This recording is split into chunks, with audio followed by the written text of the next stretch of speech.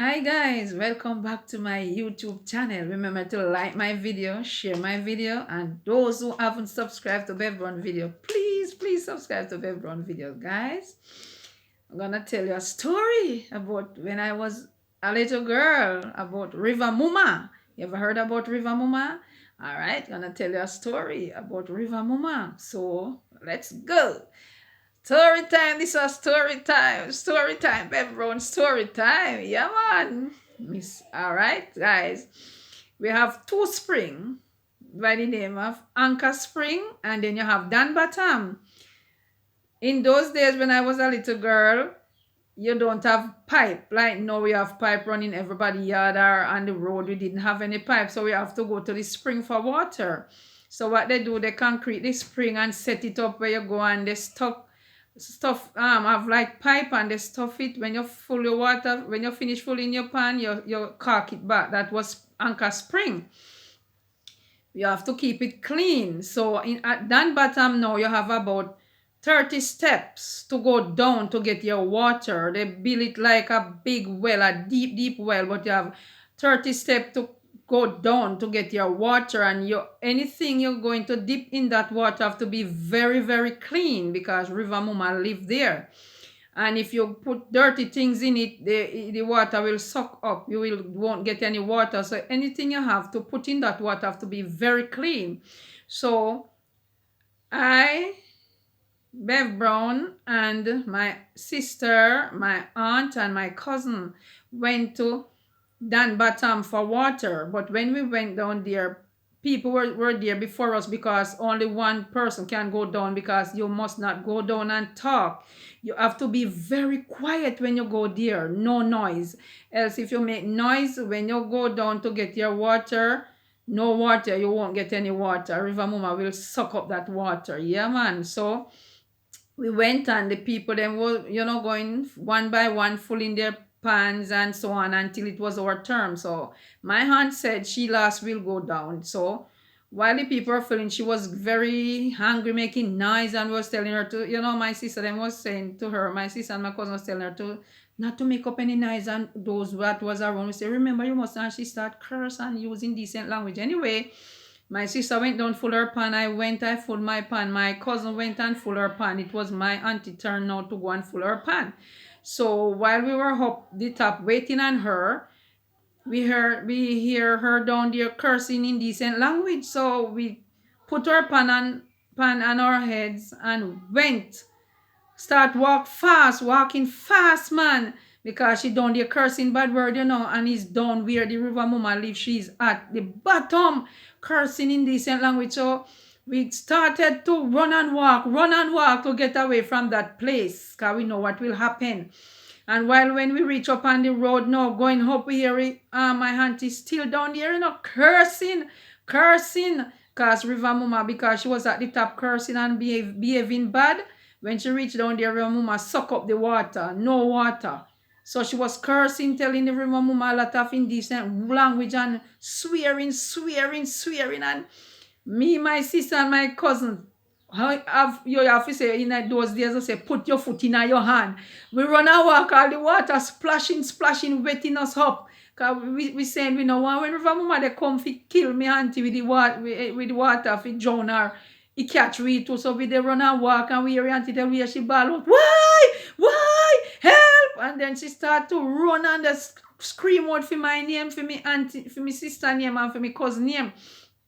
But everybody they walk fast now, listen to her, and she they run until she run, come catch me back. She run left her pan, no pan in her hand, and the ball will say, what happened to you?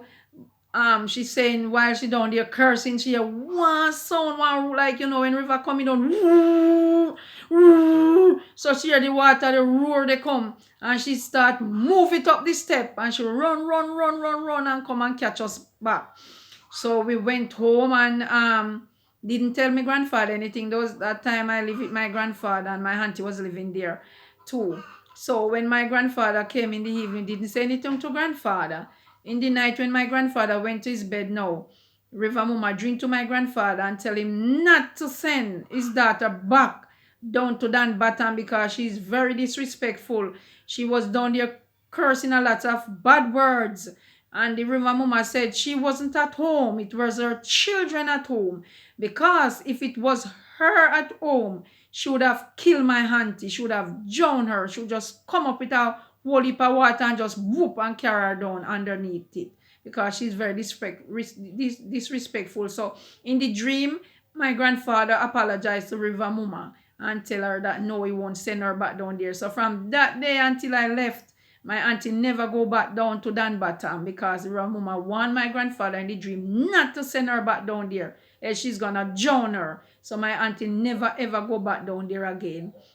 She was fearless, staying down that 30 steps, to go down, and she on the last step cursing. It is a good thing it wasn't the Rivamuma at home, as my auntie wouldn't be alive today. She's still alive.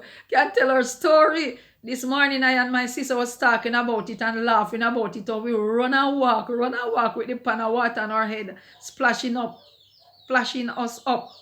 My auntie wasn't easy, and the one at Anchor Spring now, there's an Indian girl by the name of Pam. She was our good friend, but she was about she was about 10 years old at the time, or 12. And when we're going to Anchor Spring, normally you have to clear your throat. When you reach out to at the gate, you and sing, make noise, and so on. And because sometimes the Rivamuma will be out. And when you make noise, she will go in because she hear you coming and she will run because she don't want anybody to see her. So Pam now was going for water by herself one morning, early one morning. She said when she reached at the gate, Anchor Spring gate, she saw the Rivamuma combing her hair. She didn't see the front of her, it was the back. Long golden hair. She was combing her hair back way. From the front to the back, long flowing hair. So Pam said she was so astonished to see a Rivamuma and to see her nice golden hair that she didn't clean her throat or sing any song.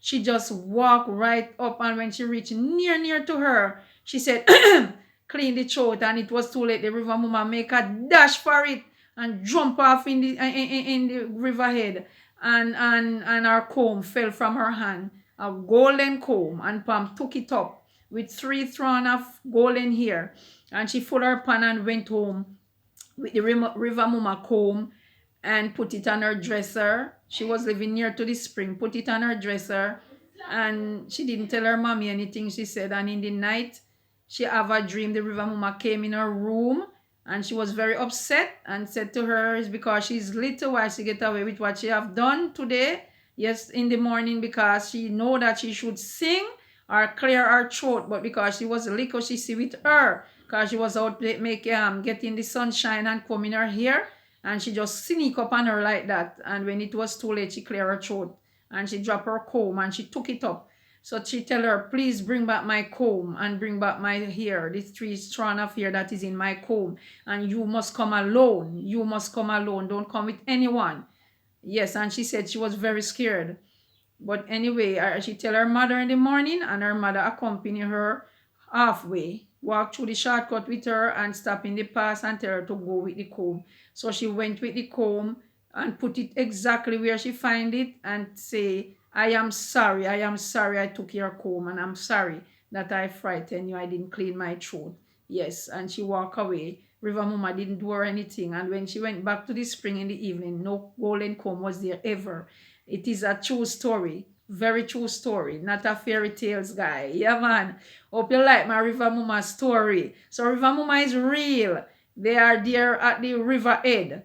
So at Anchor Spring, it was the river head, and they build a fountain over it, to get water. They set up it like a pipe stand, and you go and get about 6 different pipes there. You get your water. They concrete it off and make up some pipe, like, So when you go in there, when you reach to the gate, you have to keep singing, or you clear your throat that you don't buck up in the Rivamuma. And that day she didn't do that. But Dan Bottom, nobody have seen Rivamuma, because going down there you have to, while you're walking, you're talking and so on. But when you reach where the steps are, you have to be silent. No noise. If you make noise, when you go down, you won't get any water. And then she will dream to someone and said, tell your children not to come and disturb me at my home. So when you come to that bottom, you have to be silent, silent, no noise. You have to speak softly, talk softly to each other. No loud talking or anything else. When you go down to the 30, the last step to make 30, you don't get any water. Every water suck right up. Just the dry place you're seeing with some little stones in it. So you have to be very quiet, and everyone you have to go down one, and your container that you're going to dip in the water have to be very clean. If you go down with dirty container and dip it in the water, the river mama suck up the water.